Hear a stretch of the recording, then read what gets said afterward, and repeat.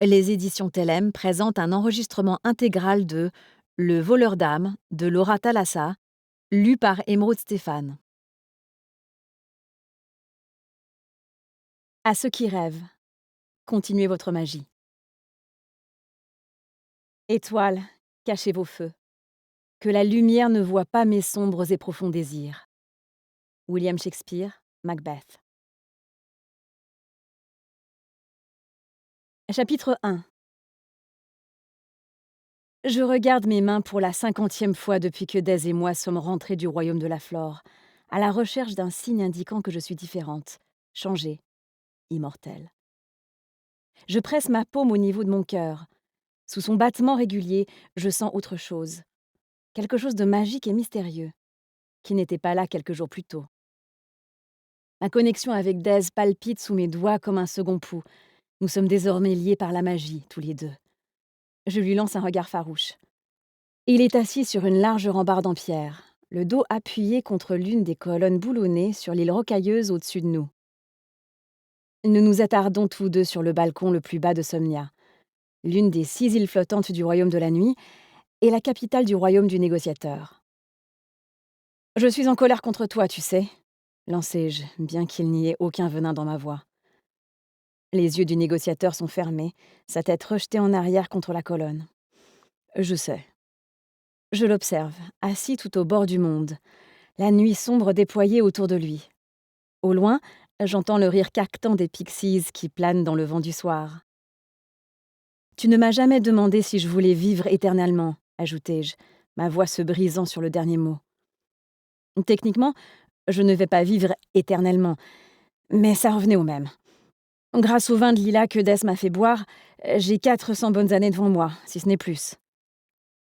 À quoi ressemblera la terre quand je passerai enfin l'arme à gauche? Et qu'en sera-t-il de l'autre monde?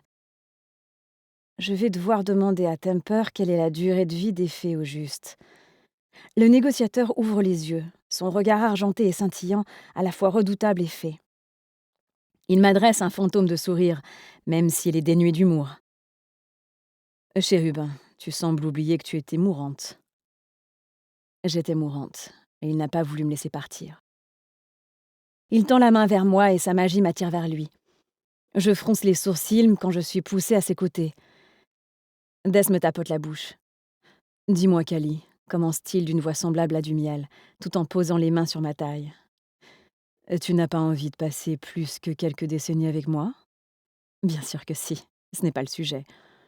Je suis contrariée parce que je n'ai jamais eu la chance de décider de mon propre destin. Et maintenant, l'avenir se déploie devant moi, infini.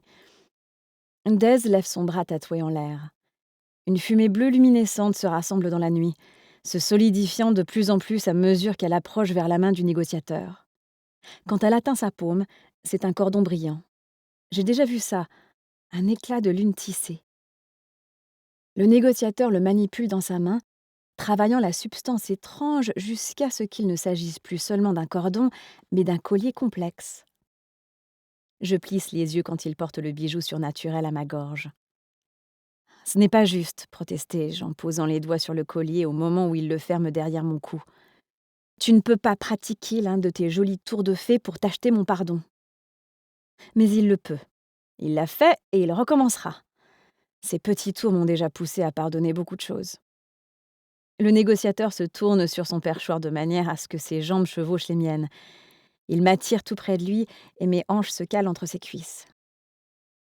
Mes jolis tours de fée sont ce que tu préfères chez moi, remarque-t-il, ses lèvres effleurant ma bouche. Il pose les yeux sur mes lèvres et ajoute: Enfin, ça et ma... Dez! Il rit contre ma peau, et son souffle chaud me donne la chair de poule. Lentement, il reprend son sérieux. Je t'ai déjà perdu une fois, Kali. Et ces 7 années ont failli me tuer. Je n'ai pas l'intention de te perdre à nouveau. Mes entrailles se tordent à ce souvenir. Encore maintenant, je me rappelle la douleur de son absence. C'était une blessure qui ne guérissait jamais. Et puis, continue Dez en pressant une main sur mon cœur, est-ce que ça n'en vaut pas la peine? Il n'a pas besoin de préciser de quoi il parle.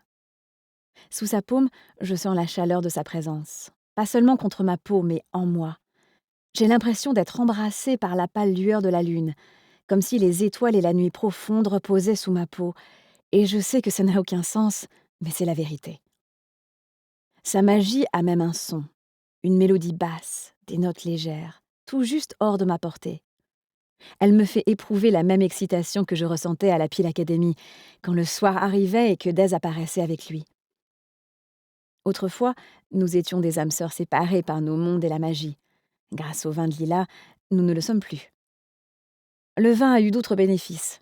Maintenant, j'ai la capacité de faire apparaître et disparaître à volonté mes griffes, mes écailles et mes ailes. Et je pressens la magie fée comme jamais je n'en avais été capable jusqu'alors.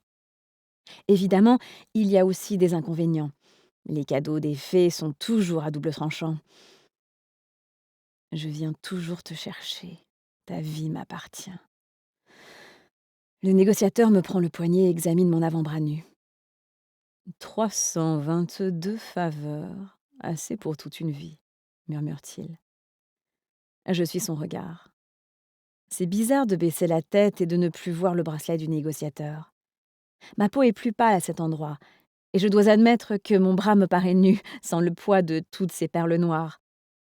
J'ai porté ce bracelet tous les jours pendant presque 8 ans, et il a disparu en l'espace d'une nuit. Toute une vie de perles, mais au final, c'était même plus que ça, le prix d'une vie. Ces perles m'ont rattrapée au précipice de la mort, et maintenant, je me demande si, depuis le début, la magie de Des savait que ça finirait comme ça. Si toutes ces dettes, toutes ces années d'attente, c'était sa manière d'accumuler la magie pour pouvoir un jour empêcher ma mort prématurée. À moins que je n'ai juste eu beaucoup de chance. J'abaisse mon poignet pour regarder le roi de la nuit dans les yeux. En laissant de côté ma colère, merci, articulai-je d'une voix rauque. Merci. C'est une bien piètre démonstration de gratitude pour ce que Des a fait. Parce qu'au final, il m'a sauvée. Encore. Pour une fois, j'aimerais lui rendre l'appareil. Sa main se resserre autour de mon avant-bras et il porte mon poignet à ses lèvres pour y déposer un baiser. Ça veut dire que tu me pardonnes pour le vin de lilas ? Ne pousse pas ta chance, fée. Chérubin, personne ne te l'a dit ? Je ne me repose jamais sur la chance pour obtenir ce que je veux. Ma spécialité, ce sont les faveurs. Chapitre 2. Tu n'es plus une esclave, à ce que je vois. Mes épaules se redressent à cette voix. Cette voix. La dernière fois que je l'ai entendue, c'était dans la forêt de chênes sacrés de la reine de la flore, pendant que ma vie s'écoulait hors de moi. Et maintenant, elle est dans mon dos.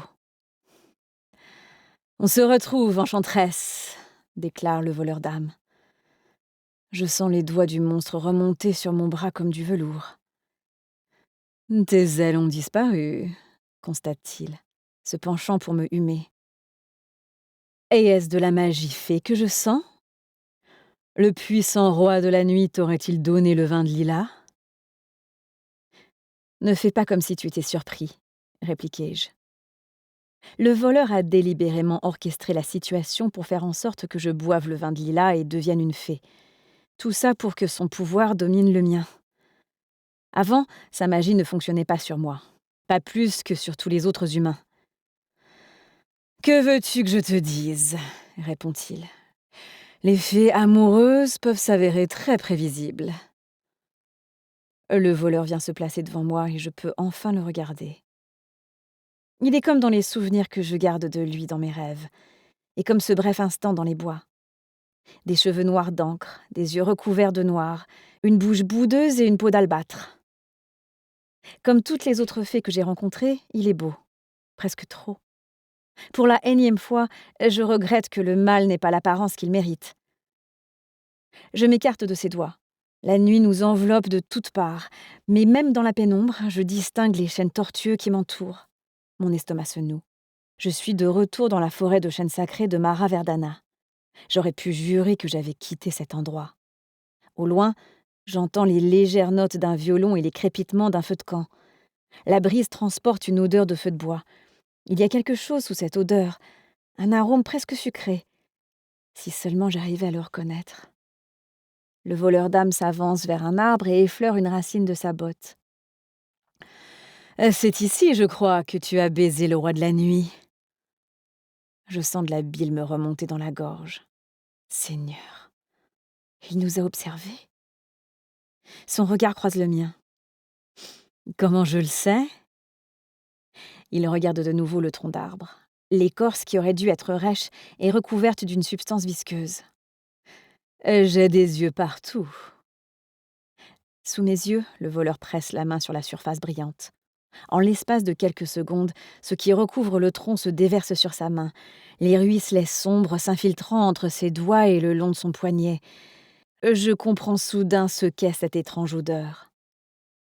Du sang. Il dégouline de l'arbre que touche le voleur et recouvre désormais sa paume. Il m'adresse un petit sourire, les yeux pétillants dans les ténèbres. Je commence à entendre le léger clapotis de la pluie. Sauf que je ne suis pas sûre que ce soit bien de l'eau qui s'écoule des branches d'arbres. Le chêne devant moi se met soudain à grogner et trembler. Le voleur m'étudie de haut en bas. La magie fée te va bien, enchanteresse. J'avoue que je suis pressée de découvrir comment elle interagira avec la mienne. Autour de moi, les arbres craquent et se fendent, émettant des sons secs et humides. Un par un, les troncs sont pelés comme une banane. Niché à l'intérieur de chacun d'eux se trouve un soldat endormi. Tous sont aussi immobiles que des morts. Du sang émane de leur peau et coule sur leurs vêtements en lambeaux. Le chêne à côté du voleur se rompt, révélant une fée à la peau de bronze. Le voleur lui touche la joue et, l'espace d'un instant, son visage devient celui de l'homme endormi. Puis l'illusion disparaît et il redevient lui-même. J'attends ce jour depuis très longtemps, dit-il, d'une voix distraite, sans cesser d'observer le soldat. Il laisse retomber sa main et reporte son attention sur moi. Dis-moi, enchanteresse, peux-tu faire en sorte qu'un homme tombe amoureux de toi? N'importe quel homme? Pas seulement l'enchanter pour un temps, mais conquérir véritablement son cœur? Ma paume picote. Le voleur quitte le soldat pour s'avancer vers moi. Autour de nous, le bruit du bois qui éclate et du sang qui coule enfle jusqu'à ce que je craigne de devenir folle. D'un coup, un silence inquiétant s'abat sur toute la forêt. Sans avertissement, ma sirène s'éveille, alarmée par une peur pressante, inconnue. Ma peau se met à luire, illuminant le visage du voleur dans la nuit sombre. Un éclat fasciné brille dans ses yeux. Oh oui, souffle-t-il, presque pour lui-même. J'étais certain que tu le pouvais. Il réduit la distance entre nous. Il me manque le temps où je te prenais pour une simple esclave. Peut-être que quand tu seras à moi, je pourrai faire comme si tu en étais toujours une. Il m'attrape l'un des poignets. Tu porteras des menottes et un collier en métal, comme les esclaves de l'ancien temps. Et tu deviendras mon enchanteresse esclave. Et ensemble, nous verrons jusqu'à quel point tu peux faire ressentir de l'affection à quelqu'un comme moi. Il ose nous menacer. Jamais plus nous ne tomberons sous son joug. Et j'espère que tu y arriveras, continue-t-il. Surtout dans ton intérêt. Je ne suis pas réputée pour ma délicatesse avec mes jouets. Tu n'as qu'à demander à Mara. Je l'observe pendant un long moment, alors que mes griffes s'aiguisent. Je réfrène à grand-peine les tendances violentes de ma sirène. Et puis, d'un coup, je la relâche. Ma main libre bouge presque sans que je le remarque. Je frappe, visant son visage. La pointe de mes griffes entaille la peau de sa joue, dessinant 4 lignes espacées de manière égale. Presque aussitôt, du sang commence à s'écouler des blessures. Le voleur a l'air amusé. Sans avertissement, il me projette contre l'arbre qu'il a tâté du pied quelques secondes plus tôt. Je laisse échapper un cri furieux quand je heurte le tronc ensanglanté. Ma poitrine est pressée contre le soldat endormi et mes yeux sont face au visage en sang de l'homme. Dans mon dos, le voleur me cloue sur place. En temps normal, je préfère mes femmes dociles, me chuchote-t-il à l'oreille. Mais toi, je vais aimer me battre contre toi, te briser. Ces mots ont clairement un sous-entendu sexuel. Et je me souviens de toutes ces femmes soldats et des enfants qui leur a fait de force. Je serre les dents et enfonce les ongles dans le tronc d'arbre. Jamais, promet ma sirène, on le tuera d'abord et on savourera ce moment. J'entends un gémissement porté par le vent et les arbres frissonnent, leurs feuilles se mettant à tomber des branches comme des larmes. Oh merde. Le voleur se penche de nouveau près de mon oreille, ses lèvres effleurant la peau sensible. Profite bien du carnage. J'espère vraiment que tu y survivras. Les cris m'arrachent au sommeil. Je me redresse d'un coup dans le lit, aussitôt bien réveillée, la respiration saccadée. Je ne suis pas dans la forêt de chênes de la reine. Je ne suis pas clouée à un arbre pourrissant. Je ne suis pas entre les griffes du voleur. Les lampes tamisées suspendues au-dessus de moi illuminent les quartiers du négociateur dans l'autre monde. Je suis en sécurité pour l'instant. Je prends à nouveau conscience des cris. Mais Des se tient au pied du lit, ses ailes terminées par des serres déployées et l'air d'un ange de la mort, les yeux rivés quelque part au-dessus de ma tête. Je suis son regard, mais il n'y a rien. Je le dévisage tandis que d'autres cris vibrent à travers les eaux du château. Il y a quelque chose dans ce son, comme s'il s'agissait d'une seule voix, mais venant de nombreuses bouches. Je me remémore mon rêve, où les yeux du soldat se sont ouverts. Quelque chose de froid me remonte dans le dos.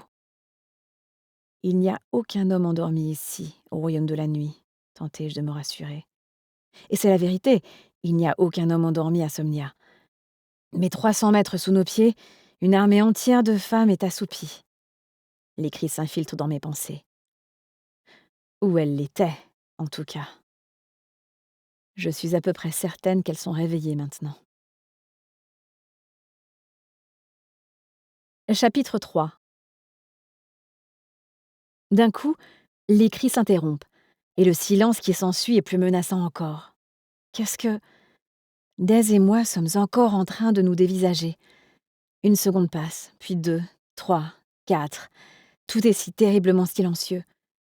J'ai peut-être tout imaginé. Mais c'est alors qu'une vague de hurlements s'élève, se déployant comme le début d'une tempête. D'abord, il n'y a qu'un seul cri d'alarme, puis un autre, puis plusieurs. Ils paraissent si lointains. Le négociateur ferme les yeux pendant plusieurs secondes, comme si ces sons le faisaient souffrir. À combien estimes-tu mes chances d'arriver à te persuader d'aller te cacher en sécurité ? Demande-t-il d'une voix cajoleuse en rouvrant les paupières. Me cacher en sécurité ? Il croit qu'il va se passer quoi au juste ? Je repousse mes couvertures et sors les jambes du lit. À 0, répliquai-je. Il déglutit. Oh, je ne veux pas te perdre, chérubin. L'espace d'un instant, la douleur de l'habile négociateur est manifeste. Pas encore une fois, ajoute-t-il. Je vois encore son visage, pendant que je dérivais vers ses ténèbres ultimes. Tu ne me quitteras pas, Kali. C'est encore si frais dans ma mémoire. Ndez prend une expression impassible, la douceur se dissipant de son visage comme si elle n'avait jamais été là. Une tenue de combat en cuir noir se matérialise à côté de moi. Je la regarde, m'efforçant encore de comprendre ce qui se passe. Tu te souviens de ton entraînement ? La voix de Dez me paraît anormale. Elle n'est ni taquine ni moqueuse. Il semble bien trop sérieux. Il n'a qu'une seule raison pour me poser cette question.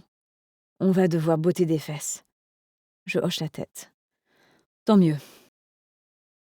Il se lève et m'étudie en fronçant les sourcils. Si je ne peux pas te cacher, je vais devoir te déchaîner. Me déchaîner. Comme si j'étais une force irrépressible. J'ai l'impression qu'il croit un peu trop en moi.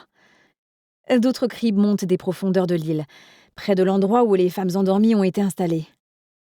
Je visualise encore ces soldates dans le cercueil de verre, chacune enterrée avec une arme. J'attends ce jour depuis très longtemps. Je prends une brusque inspiration, réalisant soudain ce que Dez a déjà compris.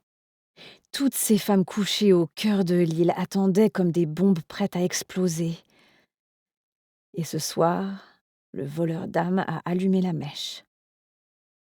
La magie de Dez m'effleure la peau, et ma chemise de nuit courte fond sur mon corps, le tissu s'accumulant autour de mes hanches et me laissant seins nus. Avant que j'aie eu le temps de me couvrir, le tiroir de l'armoire la plus proche s'ouvre et une tenue entière en sort. Elle dérive dans l'air, puis se pose sur moi, le tissu s'ouvrant comme du beurre quand il touche ma peau et enveloppant mon corps avant de se raccommoder.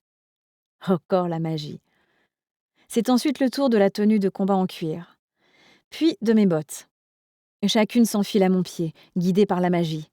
Dez m'observe tout du long, les yeux brillants de détermination. Je détruirai le monde plutôt que de te perdre à nouveau, semble-t-il dire.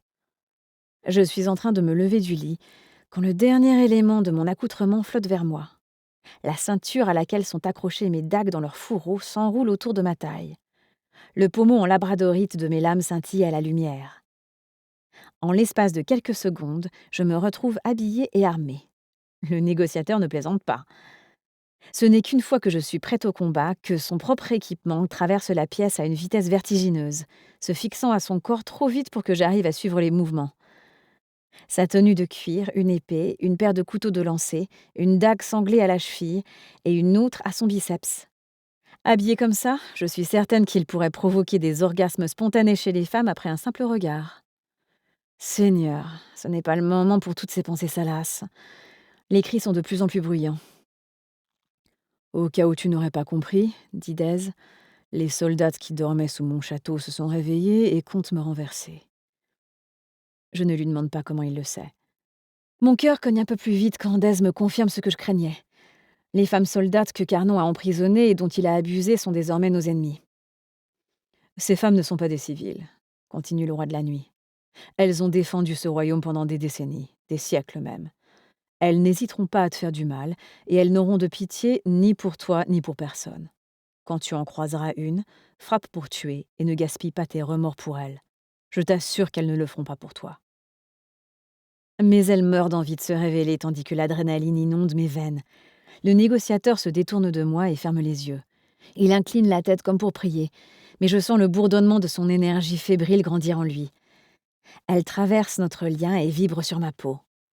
Les ombres tourbillonnent dans la pièce. J'ai à peine le temps de comprendre ce qui va se passer avant que la magie de Dez explose hors de lui. Les ténèbres se déploient dans la chambre, recouvrant le monde autour de nous en un instant et faisant trembler les fondations du château. Mes sens sont submergés, jusqu'à ce que je ne sois plus personne, rien de plus qu'une pointe de pensée dans une vaste étendue de ténèbres. Puis, je ne suis même plus ça. J'ai déjà ressenti ça. La dernière fois que la magie de Dez a jailli hors de lui, Carnon, le roi de la faune, et des centaines d'autres fées sont morts. Je me prépare à subir le même sort. Mais quand les ténèbres sont de nouveau aspirées en lui, les cris ne sont pas tus. Le négociateur recule en titubant, le visage incrédule. Je ne peux pas les tuer.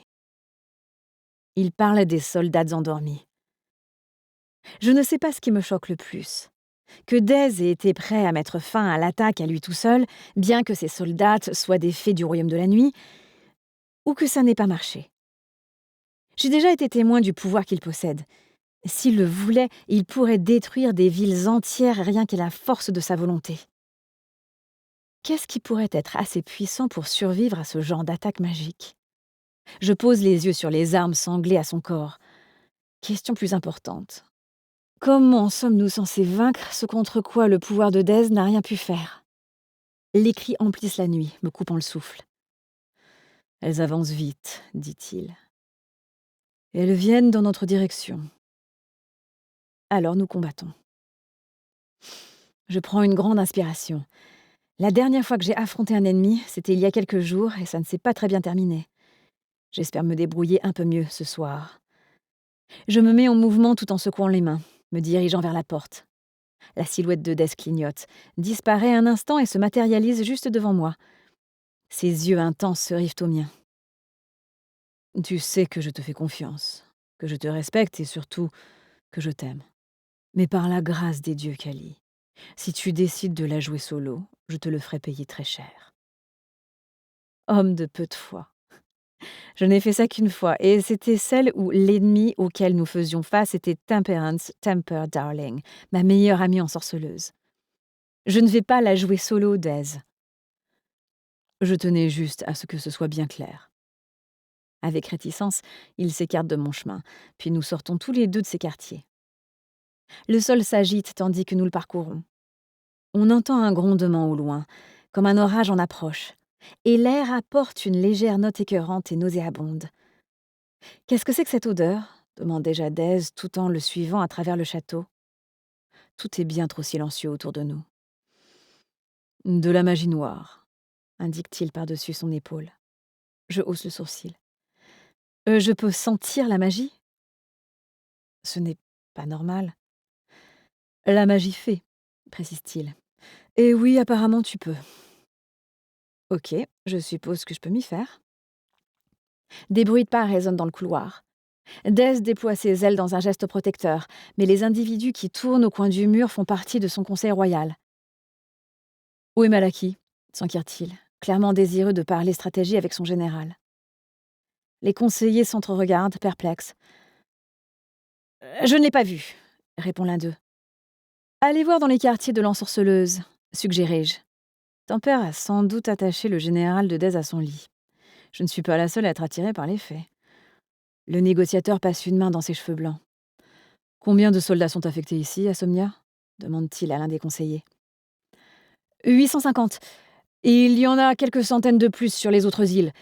Le reste est en garnison dans les terres frontalières ou en permission de paix. Dez se frotte la bouche. Je sais à quoi il pense. Nous sommes en sous-nombre. Au moins 1 millier de femmes dormaient sous ce château. Si elles ont décidé de faire couler le sang, elles nous vaincront. Appelez autant de renforts que possible, ordonne Dez. Envoyez tous les soldats de la nuit au palais. Les femmes jusqu'alors endormies vont essayer de s'emparer du château. Nous ne pouvons les laisser faire. Je jette un œil par la rangée de fenêtres en ogive la plus proche. Des éclairs de lumière illuminent Somnia comme des flashs d'appareils photo. Ils sont accompagnés de cris, tant de cris. Les conseillers inclinent la tête et s'en vont, retraversant le château à grands pas pour obéir aux ordres du roi de la nuit. Je remarque qu'aucun de ces hommes n'a tenté de s'attarder ici pour le protéger. Ils n'ont pas essayé non plus de le séquestrer à l'écart jusqu'à la fin des combats. De ce point de vue, les fées sont bien différentes des humains. À moins que Dez, rompu au combat, muni de ses bracelets de guerre et de ses ténèbres, ne soit juste différent des autres dirigeants.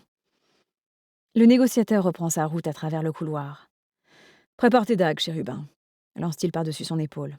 « On va affronter ces femmes de front. » Je pose mes mains tremblantes sur mes armes. C'est une chose de m'entraîner avec Dez, et toute une autre de me préparer à un vrai combat. Ma peau miroite quand la sirène s'infiltre en moi. Elle est accompagnée d'une assurance féroce qui m'avait manqué une seconde plus tôt. Je tire mes lames et les phases de la lune gravées sur toute la longueur du métal scintillent. Les dagues représentent un poids familier dans mes paumes. Plus loin dans le château, un grondement se fait entendre, suivi d'une explosion. Puis d'autres cris. Mis à part les conseillers de Dez, nous ne voyons personne. C'est surtout cela qui pousse mes griffes à s'aiguiser et mes ailes à se manifester. Nous sommes des prédateurs en chasse. Les hurlements gagnent en volume à mesure que nous parcourons les couloirs du palais, nous rapprochons de plus en plus de l'entrée principale. C'est alors que nous tournons dans un passage qui n'a pas été abandonné. Plusieurs fées fuient dans notre direction, les yeux affolés et les vêtements en sang. L'une d'elles a le discernement de s'arrêter en voyant le roi. « Votre Majesté !» halète-t-il. « Je vous en prie, n'allez pas par là. Elle massacre tout le monde sur le passage. » Le regard du négociateur glisse de l'homme au couloir. « Mettez-vous en sécurité », se contente de dire Dez avant de se remettre en mouvement. Nous rejoignons un autre couloir et avançons vers un escalier. D'autres fées nous dépassent en courant, et les cris sont de plus en plus forts, de plus en plus proches. Je resserre les doigts autour de mes dagues, mes ailes tendues relevées derrière moi et la peau brillant sous la lumière des appliques murales. À mesure que nous descendons le couloir, la scène au-dessous de nous se dévoile. Mon sang se glace. Des corps ensanglantés sont éparpillés sur le sol, les yeux vitreux. De l'autre côté du palier, une femme soldat se rapproche d'un conseiller du palais, sa hache de guerre brandie au-dessus de la tête. Elle va le couper en deux, comme elle semble l'avoir fait avec toutes ces autres pauvres âmes. Devant moi, Dez disparaît. Il se matérialise entre les deux fées, juste au moment où la soldate abat sa hache. Je ravale mon cri à l'instant où il attrape l'arme par son manche. Derrière lui, le conseiller se dérobe et s'enfuit. Le roi de la nuit fait claquer sa langue, l'air parfaitement à l'aise, tandis que la soldate tire pour récupérer la hache. « Personne ne t'a jamais dit que c'était de mauvais goût de tuer un homme à l'intérieur d'une maison ?» La soldate grogne de frustration, s'efforçant d'arracher la hache des doigts de Dez. Voyant que ça ne fonctionne pas, elle lève son bras libre vers lui, le poing serré. Dez disparaît dans un miroitement juste assez longtemps pour que le coup le traverse, déséquilibrant la soldate. Il réapparaît et lui assène un coup de pied en pleine poitrine, qui la soulève de terre. Elle atterrit lourdement au sol et j'entends un souffle bien audible quand tout l'air se vide de ses poumons. Sa hache lui échappe des mains et glisse à plusieurs mètres derrière elle. C'est à cause de tout ce sang, continue Dez en s'avançant lentement vers elle. Il est assez facile de le nettoyer du sol avec un peu de magie, mais les esprits adorent se raccrocher à leur dernier résidu de force vitale. Personne n'a envie qu'un fantôme hante sa maison. La soldate esquisse un rictus et recule pour récupérer sa hache. Elle l'attrape juste au moment où Dez la rejoint. D'un geste nonchalant, le négociateur pose le pied sur son poignet. L'os se brise avec un craquement écœurant. La femme hurle, un son ressemblant plus à un cri de frustration animale qu'à une vraie expression de douleur. C'est bien le plus flippant. Elle est si déterminée à causer un carnage que sa douleur est remisée au second plan. Une autre fée, un noble à en croire sa tenue, se précipite sur le palier depuis une autre volée de marche, poursuivie par une soldate. Cette dernière marque une pause, lève son arc et encoche une flèche. Oh, je ne crois pas, non. Je lève le bras et jette l'une de mes dagues. Elle tournoie dans l'air, puis, avec un bruit humide, se loge dans la gorge de la soldate. Bordel! Je ne m'attendais pas à viser aussi bien. Et oh mon Dieu, je viens de blesser mortellement quelqu'un. Cette pensée s'enfonce comme une pierre au creux de mon estomac. La femme recule en titubant et porte une main à sa gorge en sang. À chaque battement de son cœur, un peu plus de liquide écarlate s'écoule de la blessure. Ça me rappelle mon beau-père et la tendance que j'ai à entailler cette artère précise. Je m'attends à entendre la blessée émettre un cri de douleur ou à voir la peur dans ses yeux, n'importe quoi indiquant qu'une personne réside encore dans ce corps. Mais quand son regard croise le mien, je n'y décèle rien d'autre qu'un détachement froid et calme. Elle s'empare du manche de ma dague et l'arrache de sa gorge. Bon sang, c'était bien trop brutal pour moi. Sous mes yeux, sa blessure commence à se refermer. Putain, c'est sérieux ? Je sais que quelques secondes plus tôt, j'étais horrifiée par sa mort, mais maintenant, il est temps que cette nana disparaisse. Elle commence à avancer, mon arme dans la main. Je resserre le poing autour de ma dague restante, l'adrénaline pulsant entre mes oreilles. À mi-chemin de moi, elle hésite et porte de nouveau la main à sa plaie au cou. Je suis son mouvement des yeux et me rends compte que sous tout ce sang, la blessure est encore ouverte. Je ne sais pas pourquoi, mais elle a cessé de guérir.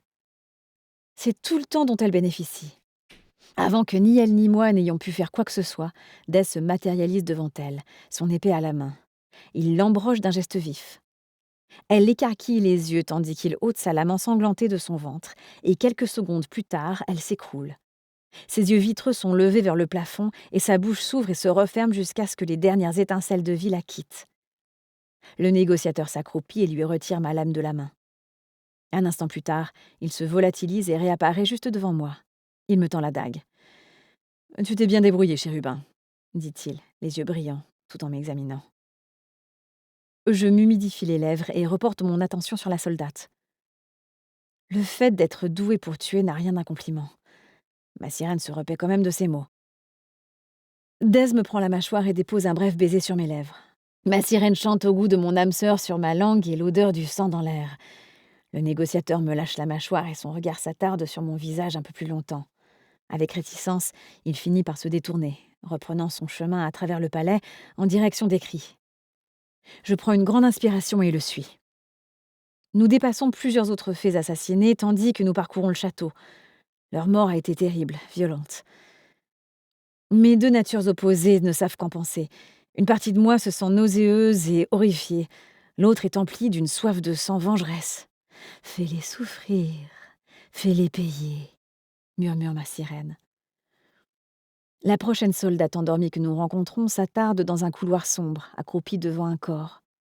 Je l'étudie en plissant les yeux. Presque toutes les appliques murales sont éteintes dans ce couloir, comme si la lumière ne pouvait supporter d'assister à une telle horreur. Elle lève vivement la tête, les yeux scintillants comme ceux d'un chat. Son visage est maculé de sang, tout comme le couteau qu'elle tient. Le liquide écarlate recouvre la lame, le manche et la majeure partie de sa main. Aucune chance pour que la fée, sous elle, soit encore en vie. Le négociateur bondit sur elle en une seconde, son épée à la main. D'un coup vif et propre, il lui tranche la tête. Elle heurte le sol avec un bruit sourd et écœurant, et le corps l'y rejoint un instant plus tard. Une flaque de sang sombre se déverse des deux. Je fixe la tête. Ses paupières clignotent encore. Oh mon Dieu. Pourquoi ses paupières clignotent-elles encore? Et bon sang, sa bouche s'ouvre et se referme comme un poisson hors de l'eau. Je sens ma sirène faire pression sur moi, de plus en plus excitée à la vue et à l'odeur du sang. Je veux tout, chuchote-t-elle. Leur douleur, leur pouvoir, leur vie. C'est à moi de les savourer, de les prendre. Une partie de moi a envie d'envelopper la cruauté de ma sirène autour de moi comme une armure, mais une autre, plus grande, est autant perturbée par elle que par tout ce carnage. Je n'ai pas envie qu'une partie de moi se réjouisse de ces morts violentes. Alors je fais ce que j'ai toujours fait. Je la maintiens en laisse du mieux que je peux.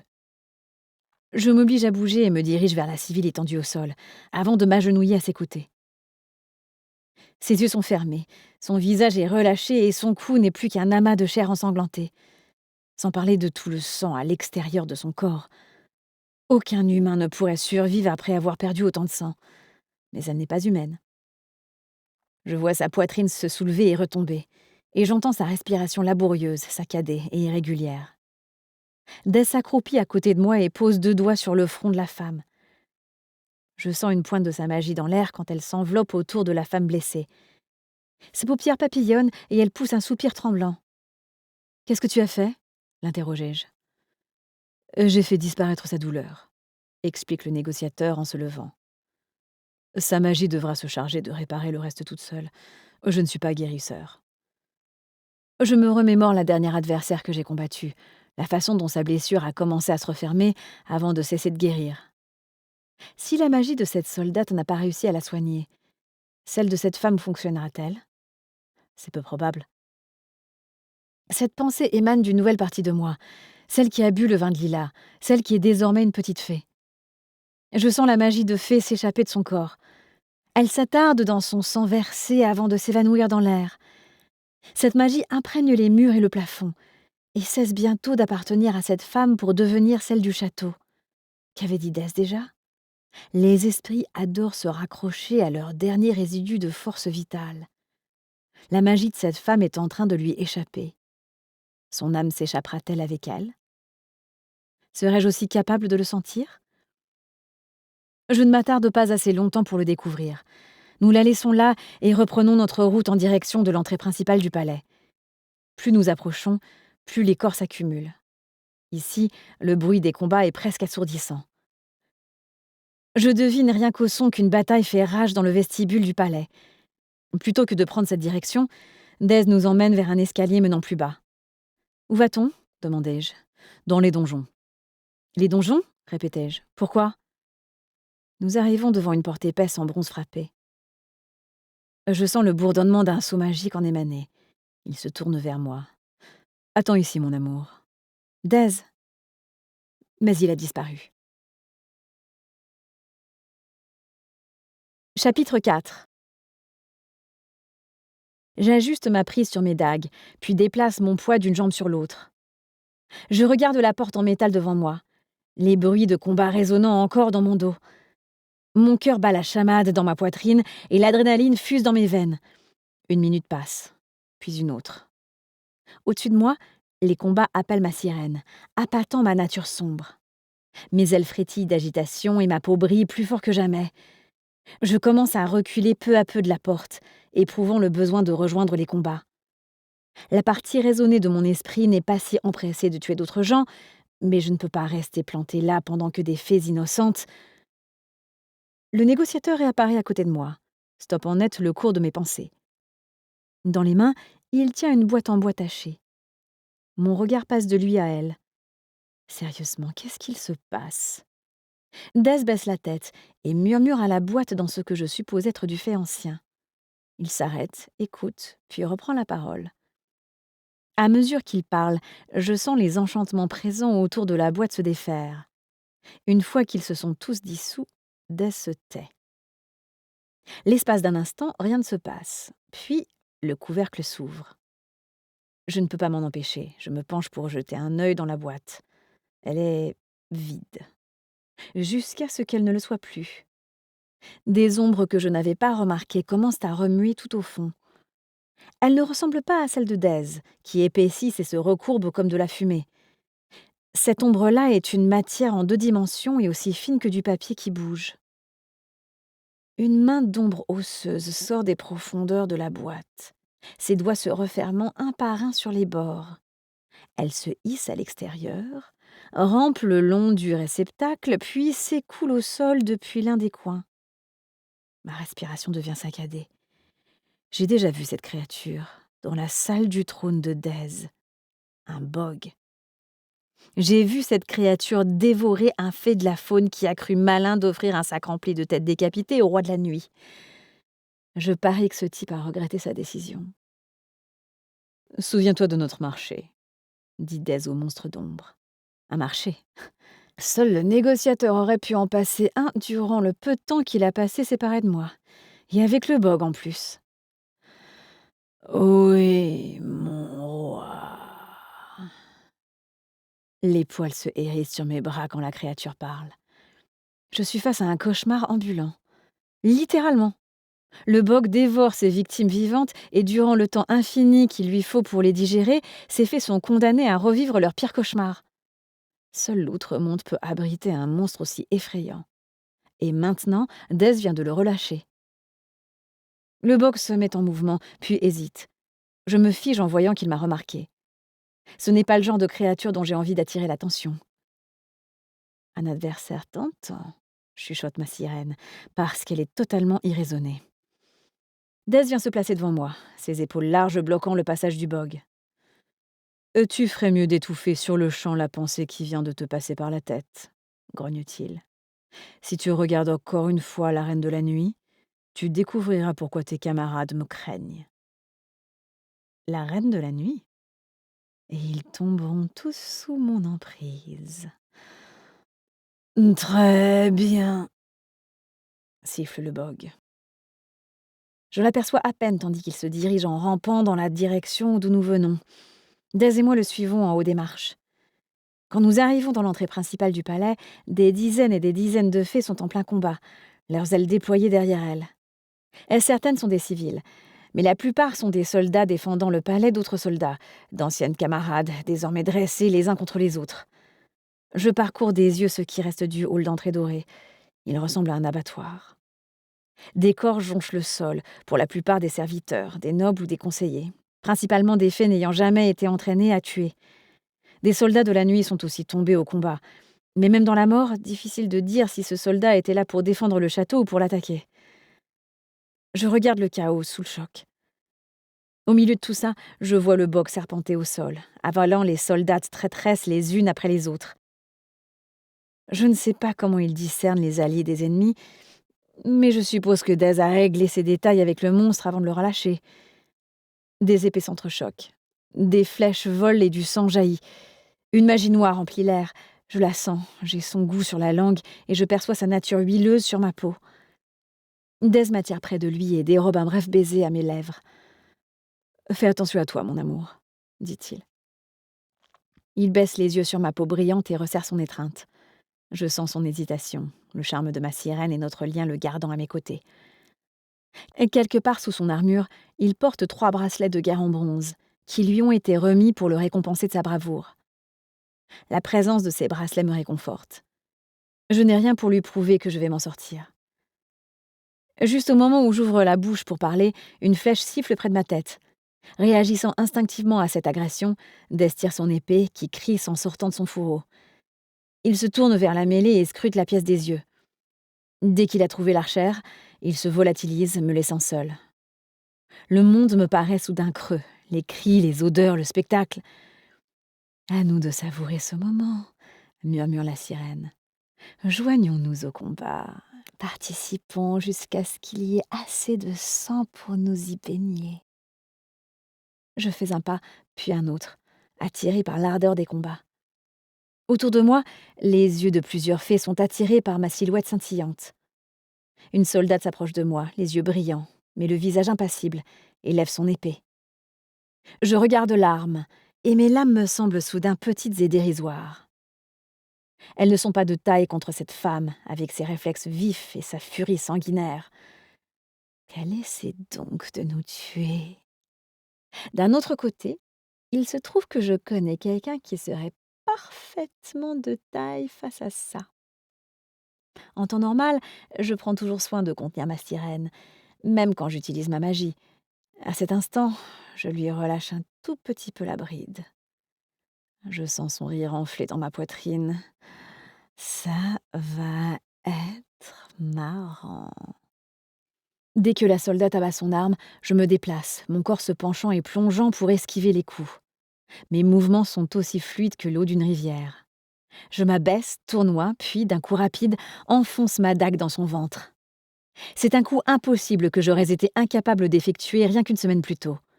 Et maintenant, je me demande si, en plus d'une longue vie et de la capacité à détecter la magie, le vin de lilas ne m'a pas aussi octroyé d'autres attributs de fée, comme l'agilité et la précision. Je retire ma lame de sa poitrine, entaillant la chair et d'autres parties de son corps, puis recule. La soldate recule en titubant. Mais même les blessures que je lui inflige ne suffisent pas à l'arrêter. Elle m'attaque à nouveau. Je bloque le premier coup, mais je ne suis pas assez rapide pour éviter totalement le second. Je sens la lame transpercer ma tenue de cuir, avant d'entailler ma peau. Je pousse un cri et pivote, dague en avant. L'arme tranche la gorge de la femme. Oui, ma sirène se repaît du carnage. Je reste sans adversaire pendant moins de 5 secondes, puis une autre femme m'attaque. Un éclat cruel émanant de ses lames incurvées à la lueur de l'énorme chandelier en bronze au-dessus de nous. Je plie les genoux et bondis en l'air, m'élevant grâce au grand battement de mes ailes. À plusieurs mètres du sol, je les replie contre mon dos et plonge en piqué sur mon ennemi avant d'enfoncer ma dague dans son cou. Sa lame incurvée fend l'air et la pointe s'enfonce dans ma cuisse avant qu'elle s'écroule mollement au sol. Je tombe sur elle en sifflant sous le coup de la blessure. Je pose une main tremblante sur ma cuisse. Je serre les dents à la vive douleur. Je crois que c'est profond, clairement assez pour que j'aie du mal à marcher. Je m'écarte de la fée morte, poussant presque un cri de douleur quand j'appuie mon poids sur ma jambe. Mais aussitôt que je sens la gravité de la blessure, elle commence à se refermer et le sang cesse de couler. La magie fée est à l'œuvre. Encore un avantage du vin de lilas. Une fois ma blessure guérie, je replonge dans la mêlée. De l'autre côté de la pièce, je repère Malaki et Temper en train de combattre les soldates endormies. L'une d'elles arbore un sourire dément sur les lèvres. Et loin au-dessus de nous, Dez combat en l'air, ses ennemis tombant du ciel. Toujours plus de soldats arrivent, et je dois mobiliser toute ma concentration pour les repousser. Quand j'atteins l'entrée principale du château, l'odeur de la magie et du sang embaume l'air comme un parfum. J'en suis moi-même couverte, et le porte comme une autre couche d'armure. Difficile de croire que je m'en suis voulu pendant des années pour un seul meurtre. D'ici la fin de cette nuit, si je suis encore en vie, le nombre de mes victimes sera passé à 2 chiffres. Les combats débordent dans la cour, et les éclairs de magie fée illuminent la nuit tandis que les fées puisent dans leur pouvoir. Je rengaine brièvement mes dagues et parcours le paysage des yeux. Ma part humaine essaie de ne pas vomir. Le sol est jonché d'yeux vitreux et de corps éventrés. Les soldats s'entretuent, des civils sont massacrés, et les femmes jusqu'alors endormies se sont déversées en masse aux côtés de leur progéniture. Maintenant que le moment est venu, ces enfants des cercueils flippants ont cessé de feindre l'innocence. Leurs petits corps se repaissent d'effets immobiles et leurs yeux brillent de malice malsaine. C'est de la folie, et je n'ai aucune explication à ce qui se passe. Dez atterrit à côté de moi et me prend la main. Il ressemble à un sauvage, sa tenue de combat en cuir est tachée de sang et ses cheveux pâles sont mouchetés de rouge. C'est assez perturbant de voir à quel point cette allure lui va bien. « Tu vas bien ?» demande-t-il, les yeux brillants d'inquiétude et, ironiquement, de ravissement fait. « Les fées et leur cœur sauvage, » murmure ma sirène. « Il aime ça tout autant que nous. » Il baisse les yeux sur mes lèvres et tend son autre main vers ma peau brillante. J'humidifie mes lèvres sèches et hoche la tête. Je vais bien. Pour le lui prouver, je fais disparaître mes ailes. Elles ne s'en vont pas aussitôt, et même une fois que c'est fait, je dois lutter pour les garder cachées. Mes efforts sont vains. Le roi de la nuit a toujours les yeux rivés sur mes lèvres, l'air envoûté par elles. Autour de nous, l'air s'épaissit d'électricité statique, hérissant les poils sur mes bras. Je regarde autour de moi, tentant de déterminer la source de ce phénomène. Dez détourne les yeux de ma bouche pour étudier les alentours. Quelque chose d'affreux approche. Boum! Le sol tremble sous nos pieds et des débris sont propulsés dans l'air quand quelque chose explose à l'autre bout du palais. Une seconde plus tard, je sens une vague de magie noire me heurter de plein fouet, me soulevant du sol. Dez me rattrape avant que je tombe et nous échangeons un long regard. Une nouvelle série de cris s'élève de l'autre côté du château. Je me suis trompée. Le quelque chose d'affreux n'est pas en approche. Il est déjà là. À côté de moi, les ailes du négociateur apparaissent dans son dos, se déployant de manière menaçante. Je reviens tout de suite, chérubin. Sur ces mots, il se volatilise. Dez! Je sens encore la sensation de sa main pressée contre moi, mais il est parti. Je tourne les yeux vers l'arrière du palais, d'où viennent les cris. Il est parti là-bas. Je cours dans sa direction, le cœur battant à tout rompre. Je sens une pression au niveau de mes omoplates, mes ailes luttant pour se révéler. Ignorant cette sensation, je parcours en courant l'une des allées pavées qui contournent le palais. La pierre est maculée de sang. Devant moi, une fée morte est étendue dans l'herbe pâle, les bras en croix et les yeux vitreux. Combien de vies ont-elles été prises en une seule nuit? Trop. Nous ferons payer cet affront à nos ennemis. Des fées fuient autour de moi, courant ou s'envolant dans les airs. Elles cherchent toutes à s'éloigner de ce qui a causé l'explosion. Quand j'arrive à l'arrière du château, je me fiche net. Je dois crisper les genoux au spectacle sous mes yeux. Mon Dieu. L'annexe circulaire contenant le portail royal du royaume de la nuit est ouverte, ses portes oblitérées. Plusieurs rangées successives de soldats couverts de sang s'en déversent, les yeux vides. Ils avancent sur le domaine du palais, leur uniforme arborant le symbole du royaume de la nuit. Les hommes endormis. Ils sont des dizaines et des dizaines, et d'autres arrivent à chaque seconde qui passe. Je titube à cette vue. Je vais mourir. Je vais mourir et tout cela aura été vain. J'ai retrouvé Dez uniquement pour le perdre. J'ai passé 7 douloureuses années sans lui. J'ai enduré Carnon. J'ai failli mourir de la main de l'homme vert. J'ai bu le vin de Lila. Rien de tout ça n'a plus d'importance parce qu'une armée de soldats possédés veut effacer les sujets du roi de la nuit de la surface de la terre et je ne serai qu'une victime parmi d'autres. Devant moi, Dez est parfaitement immobile. Même si je ne vois pas son visage, je pourrais jurer sentir son désespoir. Nous étions déjà en sous-nombre quand nous n'étions attaqués que par les femmes endormies. Avec les hommes, la situation est insurmontable. Les soldats commencent à rompre les rangs et à se déployer pour attaquer tout ce qui bouge. J'en fais partie. Tout comme Dez et les quelques fées éparpillées autour de nous ayant décidé de rester pour se battre. Le négociateur pousse un cri de ralliement, puis disparaît, se matérialisant au milieu des soldats endormis le temps de délivrer la mort, avant de se volatiliser et de réapparaître ailleurs. Il me jette un coup d'œil par-dessus son épaule, les yeux affolés. « Cache-toi, Kali !» crie-t-il, tandis que des soldats affluent de toutes parts. Je n'arrive pas à mobiliser assez de volonté pour bouger, et je n'ai pas assez peur pour fuir. Même ma sirène est silencieuse. Elle refuse de murmurer la vérité. On ne peut pas gagner. Pour chacun d'entre nous, il y a une poignée de soldats, et cela ne fait qu'empirer à mesure que d'autres se déversent du portail. Une fois qu'ils en auront fini avec nous, ils passeront à d'autres fées, peut-être jusqu'à ce qu'il n'en reste plus aucune. Ce n'est pas un combat, c'est une boucherie. Et je ne supporte pas d'assister à ça plus longtemps. « Stop !» murmurai-je, ma voix s'harmonisant, tandis que les combats s'engagent autour de moi. Je cligne des paupières et ma vision se brouille. Déjà, des soldats ont remarqué ma peau brillante. Ils accourent vers moi, leurs armes brandies, comme si j'étais une terrible menace. Les hommes endormis commencent à s'attaquer aux peu de soldats et de civils loyaux encore debout, les terrassant en quelques secondes. « Stop !» répétai-je plus fort. Personne ne m'écoute. Bien sûr que non. Ils ont plus important à faire, comme essayer de rester en vie. Mais je ne peux pas rester sans rien faire. Je suis en train de m'effondrer et je ne me relèverai peut-être pas cette fois. « Stop !» hurlai-je comme une folle. À ma grande surprise, c'est ce qu'ils font. Les armes cessent de s'entrechoquer. Les fées cessent de bouger. Tout devient parfaitement immobile. Je me touche la gorge. Non. Je regarde la fée de la nuit la plus proche de moi, qui n'est qu'à quelques mètres. L'homme a le pied levé, figé au milieu de son geste, sa lame à la main et les yeux rivés sur moi. Même d'ici, je sens l'odeur nauséabonde qui émane de ses vêtements, comme si la mort avait décidé de piquer une tête dans une benne à ordures. « Toi !» dis-je en pointant le soldat du doigt.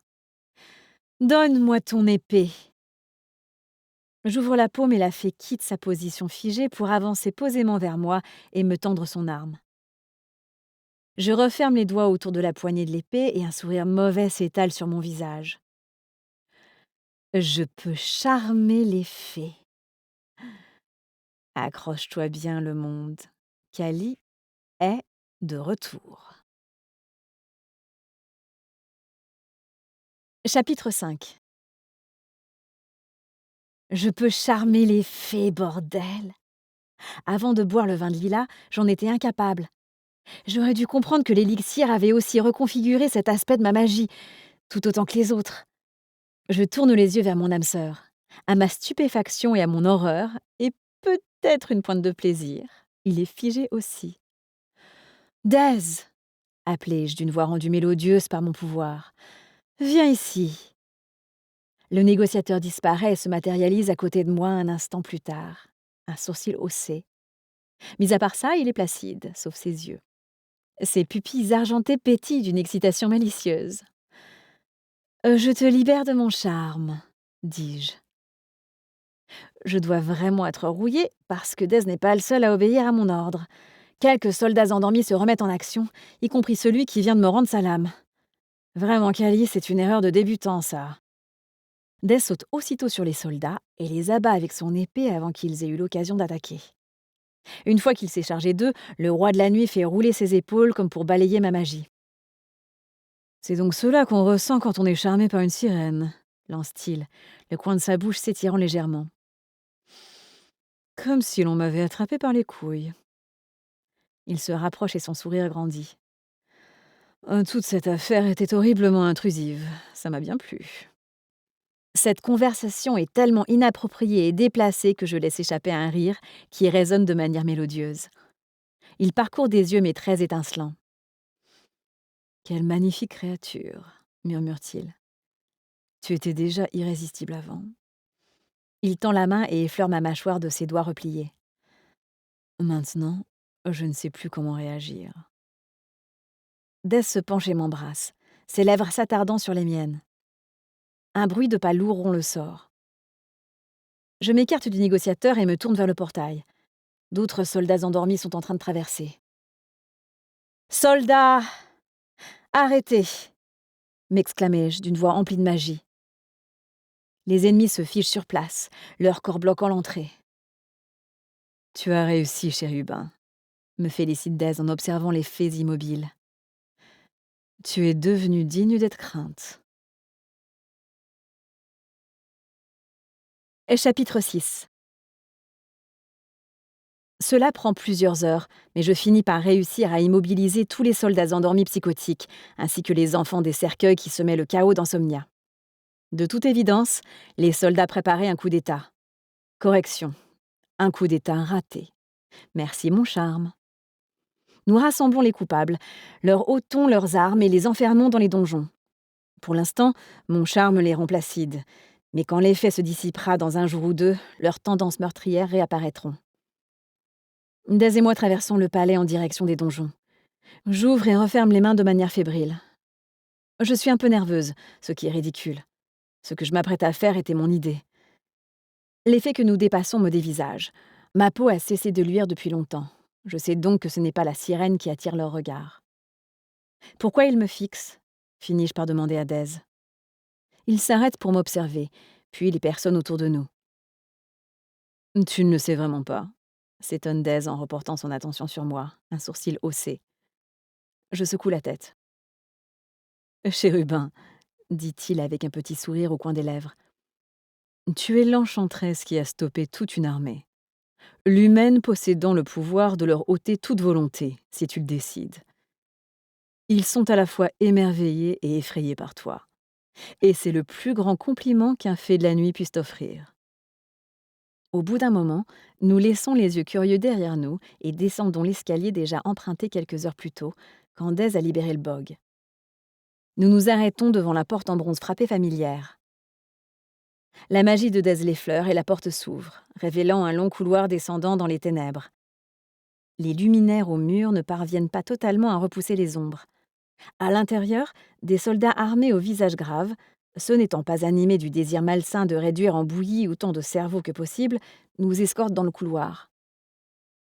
Quand nous arrivons dans le donjon lui-même, nous sommes loin sous le château. Je sens les murs de cet endroit se presser contre moi, et cette sensation me rappelle l'époque où j'étais la prisonnière de Carnon, piégée dans l'une de ces nombreuses cellules souterraines. Je prends une grande inspiration. Je suis certaine que cette expérience m'a rendue claustrophobe à vie. Les soldats endormis sont entassés dans des dizaines et des dizaines de cellules. Même si des centaines d'entre eux ont été tués, il y a à peine assez de place pour ceux qui restent. À mesure qu'on dépasse les cellules, je remarque que les fées sont toujours sous l'emprise de mon charme. Elles regardent droit devant elles, le visage impassible. Je ne sais pas ce qui est le plus flippant, leur vraie nature ou cet état catatonique dans lequel elles sont plongées. Dans la dernière cellule, une soldate est enfermée toute seule. Elle est inerte au milieu de la pièce, ses cheveux roux flamboyants retombant en spirale dans son dos. Dez, nos escortes et moi nous arrêtons devant la cellule et observons la fée. Elle n'a pas du tout l'air consciente de notre présence. Le négociateur pose la main sur ma nuque. Son visage est impassible, mais je sens qu'il n'est pas ravi de mon plan. Néanmoins, il n'essaie pas de me dissuader de le mener à bien. Ouvrez la porte, ordonne-t-il au garde sans jamais détourner les yeux de moi. Les barreaux d'acier grincent quand la porte s'ouvre. La femme aux cheveux roux ne jette même pas un coup d'œil à la porte quand je me glisse à l'intérieur. Je la regarde pendant un long moment avant de laisser ma sirène remonter à la surface. Je te libère de ton charme. Je m'attends à ce qu'elle m'attaque, mais elle n'en fait rien. Pendant plusieurs longues secondes, rien ne se passe. Puis la rousse tourne les yeux vers moi. Mes muscles se raidissent. J'attends qu'elle frappe. Au lieu de ça, elle se met à faire les 100 pas, de gauche à droite, de droite à gauche, et son regard devient distant. « Comment t'appelles-tu » demandai-je de ma voix mélodieuse. « Je n'ai pas de nom », répond-elle.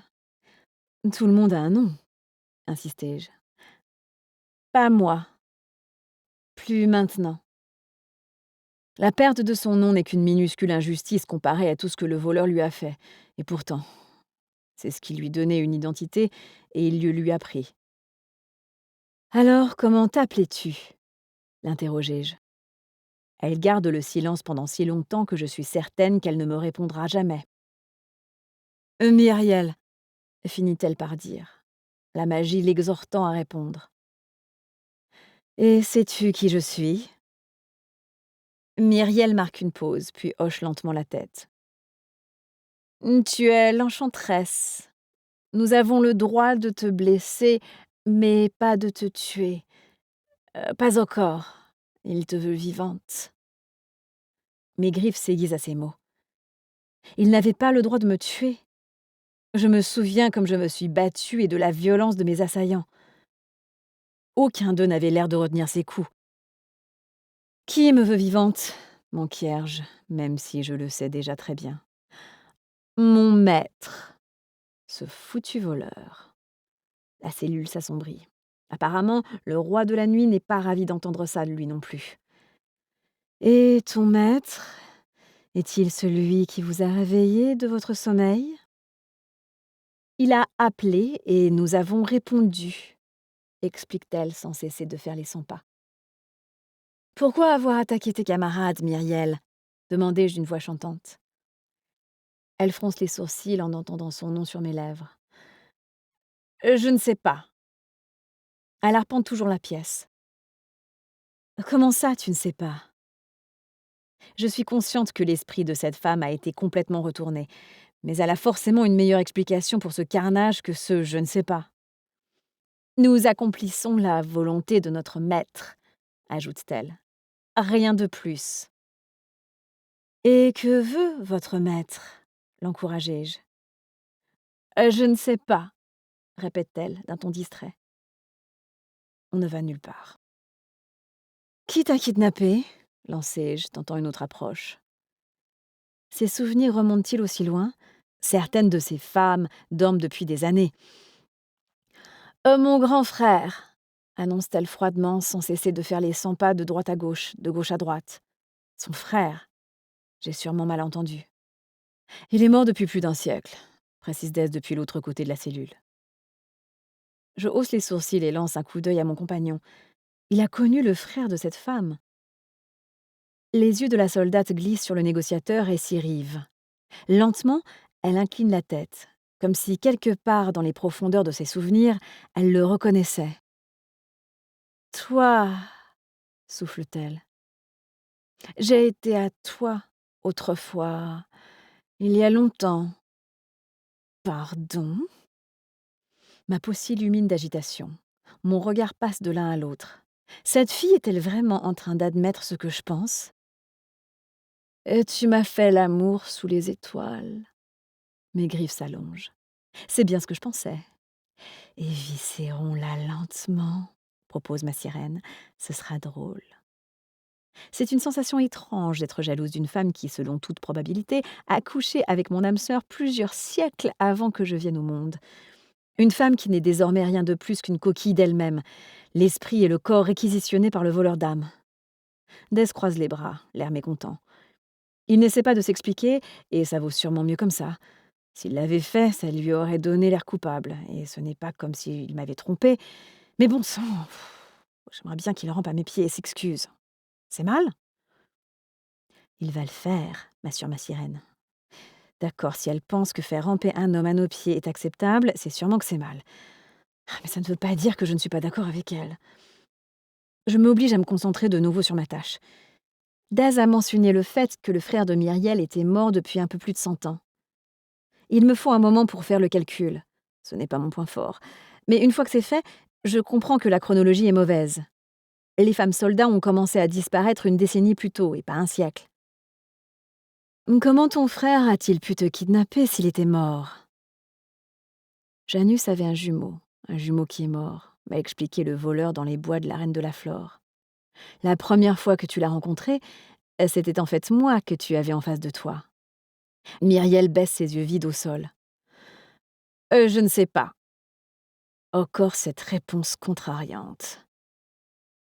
J'espérais, commence Myriel avant de se taire. Exprime-toi librement, lui ordonnai-je. Lentement, elle lève les yeux vers les miens. Il fait sombre ici, très sombre. Un frisson me parcourt la nuque. Es-tu dans le royaume de la nuit? Demandai-je. Oui et non.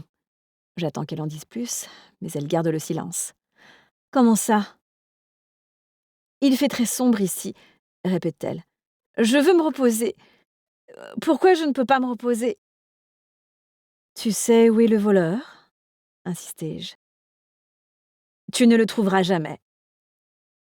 C'est ce que tout le monde n'arrête pas de me dire. Est-ce que tu peux me dire quoi que ce soit de plus? L'interrogeai-je. Les secrets ne sont destinés qu'à une seule âme. Je sens d'assurer dire à ces mots. Le coin de la bouche de Myriel s'étire. Et il t'observe, enchanteresse. Il t'observe toujours. Mon maître a développé un goût pour les esclaves. La sirène prend le dessus sur moi. Tu peux dire à ton maître que j'ai développé un goût pour les salopards diaboliques, soufflai-je, les mots roulant sur ma langue de manière harmonieuse. Dis-lui de venir me trouver. Je suis impatiente de le revoir. Je lui montrerai ce que ça fait d'être ma chienne. Je parviens à soumettre la sirène et à reprendre le contrôle de moi-même. Je marche sur la corde raide, en utilisant mon charme tout en maintenant ses pires penchants à distance. La cellule s'assombrit de nouveau, et soudain, Dez est dans la pièce avec nous. L'interrogatoire est terminé, annonce-t-il. Avant que j'aie pu protester, la porte métallique s'ouvre et je suis poussée dehors. Je pivote pour regarder Myriel juste au moment où elle se referme. Une dernière question. Si je te laisse sortir maintenant, qu'est-ce que tu feras? Elle pose les yeux sur moi. Je conquerrai. Chapitre 7. Dez rumine à côté de moi, et le couloir qu'on traverse s'assombrit en sa présence. Tu aurais pu me laisser finir mon interrogatoire, finis-je par lâcher. Il n'est pas le seul à être de mauvaise humeur. J'ai du sang dans les cheveux, je n'ai dormi que quelques heures, mes os sont à 2 doigts de céder sous le coup de l'épuisement post-combat, et j'ai besoin d'un bon café depuis des heures. Tu es sur un terrain glissant, Kali, grogne le négociateur. Je pivote face à lui, agacée. Moi, je suis sur un terrain glissant, rétorquai-je en élevant la voix. C'est pourtant toi qui as couché avec la prisonnière. J'ai abordé ce sujet plus tôt que j'en avais l'intention. Il y a 2 siècles, rappelle Dez. Tu t'attends à ce que je t'adresse mes excuses officielles pour toutes celles avec qui j'ai couché? Parce que, si oui, il y a intérêt à ce que je reçoive la même chose de ta part. Tu es malade. Le roi de la nuit se volatilise et réapparaît juste devant moi, son corps me bloquant le passage en m'obligeant à m'arrêter. Tu l'as provoqué, grogne-t-il. Tu as mis le voleur d'âme au défi de venir te trouver. Il se passe une main nerveuse dans les cheveux, le mouvement exposant l'une de ses oreilles pointues. Tu ne vois donc pas que c'est pour cette raison précise que j'ai arrêté de t'amener à mes marchés, quand tu étais à la Peel Academy? J'avais aussi charmé un homme à cette époque, un homme qui, de manière assez ironique, possédait des informations sur le voleur d'âme. Il était prêt à mourir plutôt que de confier ce qu'il savait. Et j'avais quand même réussi à le faire parler. Je rougis encore à ce souvenir. Et le négociateur est en train de me dire que même après tout ce temps, je n'ai pas changé. Ce qui me pose un gros problème. Je suis déjà dans la ligne de mire du voleur. Je refuse de laisser ce monstre me provoquer sans réagir. Un muscle se contracte sur le visage du négociateur. Il se rapproche d'un pas. « Tu veux connaître un secret, chérubin ?» demande-t-il en baissant la voix. Plus tôt dans la soirée, quand j'ai essayé de stopper toutes ces soldates endormies depuis nos quartiers, ça n'a pas marché. Je me souviens de cet instant dans la chambre, où j'ai cru qu'il allait se mêler aux ombres et éliminer ses ennemis avec la même facilité qu'il s'est débarrassé de Carnon et ses hommes. Mais il n'a pas réussi. Tu veux savoir pourquoi ça n'a pas marché? Continue Dez. Sans attendre ma réponse, il reprend. Les ténèbres sont loyales. Elles refusent de blesser une autre fée possédant ce pouvoir. J'éprouve une pointe de malaise à ces mots. Ce qui veut dire que le voleur est l'un de mes semblables. C'est un fait de la nuit. Mes genoux vacillent un peu. Un fait de la nuit? Qui est insensible à la magie de Dez? Il n'est pas insensible à la nôtre, murmure ma sirène d'une voix séductrice. Le roi de la nuit prend mon visage entre ses mains. Je suis malade de peur pour toi, dit-il à voix basse. J'ai l'impression que les rouages du destin te rapprochent de plus en plus du voleur, et qu'il n'y a rien que je puisse faire pour arrêter ça. Ça me terrifie. Entendre Dez admettre sa peur, c'est comme la première fois qu'un enfant voit un adulte pleurer. Comme quand on découvre que la personne dont on a besoin qu'elle ait le contrôle de la situation ne l'a pas du tout. C'est le genre de truc qui peut ébranler tout votre monde. Je suis désolée que tu aies dû entendre parler de mon passé de cette manière, ajoute-t-il d'une voix rauque. Il se penche tout près de moi, les lèvres à un cheveu des miennes. Mais je dois admettre que j'ai savouré avidement ta réaction. Et sur cette confession, il presse sa bouche sur la mienne. C'est ridicule, la rapidité à laquelle ce baiser balaie ma nervosité. Il fait disparaître notre discussion, son goût et ses caresses consumant mes pensées. Et même si cette journée est affreuse, même si je suis moi-même dans un état épouvantable, et même si l'autre monde est parti en vrille, l'espace de quelques secondes bénies, tout est comme il le devrait. Tout ce que je veux à cet instant, c'est une douche, un café et un lit, de préférence, tous en même temps. Ne me dites pas que c'est impossible, je suis dans l'autre monde. Impossible est le deuxième prénom de cet endroit. Mais vais-je obtenir ce que je veux? Non. Au lieu de ça, je dois me comporter en adulte, ce qui veut dire ramener mes fesses dans une des pièces du château pour donner du sens à la situation désastreuse actuelle. Eh bien, regardez un peu qui voilà, lance Tempérance Darling, ma meilleure amie, collègue et partenaire fauteuse de troubles dès qu'on arrive.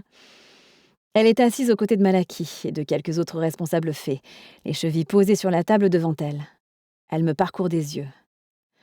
Eh bon sang, meuf, tu as l'air de t'être fait rouler dessus par un camion.